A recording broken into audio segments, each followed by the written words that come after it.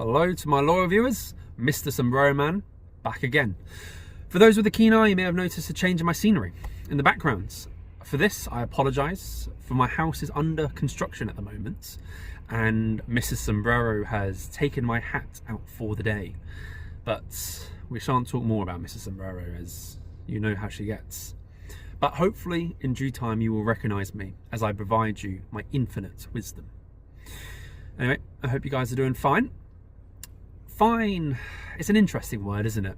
How often does someone ask how we're doing and we respond with, fine thanks, when truthfully we're not fine at all. We're far from fine, but we say we're fine nonetheless. I think it's maybe to do with the fact that we don't want to burden the other person with our woes, or maybe there's an element of shame with our fineness. And how often when we flip the script, we're the ones asking how they are, and they respond with, I'm fine, thanks. And we know that they're not telling the truth, or at least the whole truth, but we don't care to dig underneath that surface, for we're just passing through the social novelty of the conversation, trying to get to the agenda that we care about. Something to think about. Another thing I've been thinking about is how we're moving into a post-literate society, where once upon a time, many of us would get lost in a book, in a foreign world, going on many an adventure. It was exciting and different and varied. But now our attention is fixated on a phone screen that provides endless notifications, pointless short-form videos, and social media rage bait. How often do you go to your phone to execute a simple task, and yet 20 minutes down the line still find yourself glued to that screen?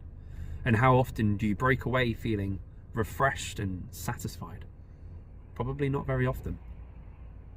We consume a lot these days.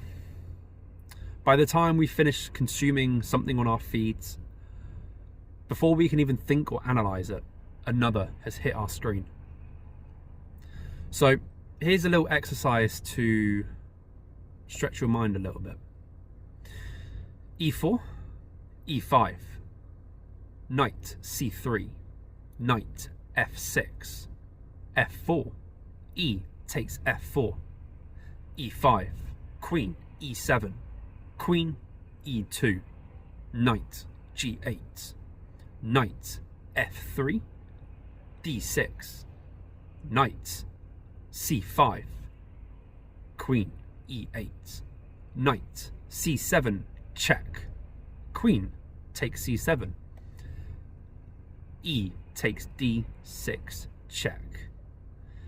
Now, if you followed that correctly, you would have bagged yourself a queen. Or would you? Or have I just lied? Well, there's only one way to know, and that's to do the exercise yourself and find out the information. I think it's interesting how a lot of us build our knowledge and truth on unverified assumptions, especially when it comes from an authority figure like myself, and also when loads and almost everyone believes it, and it's also repeated enough. You know, imagine if you had a thought that differed to everyone else. Would you stand strong in your conviction, or would you bend to the will and the tyranny of the majority? Mountains of Kong, they were a massive mountain range in Western Africa, which stood in maps for over 100 years. But the thing was, the mountains of Kong never existed. It was misinformation being spread. And what it meant is that there was a whole generation of people that went from cradle to grave believing the mountains of Kong existed. Now, whilst this information may have not had any direct impact on their life, I'm sure, it gives us a great insight into something that might. This information wasn't spread maliciously or with sinisterness, just through incompetence.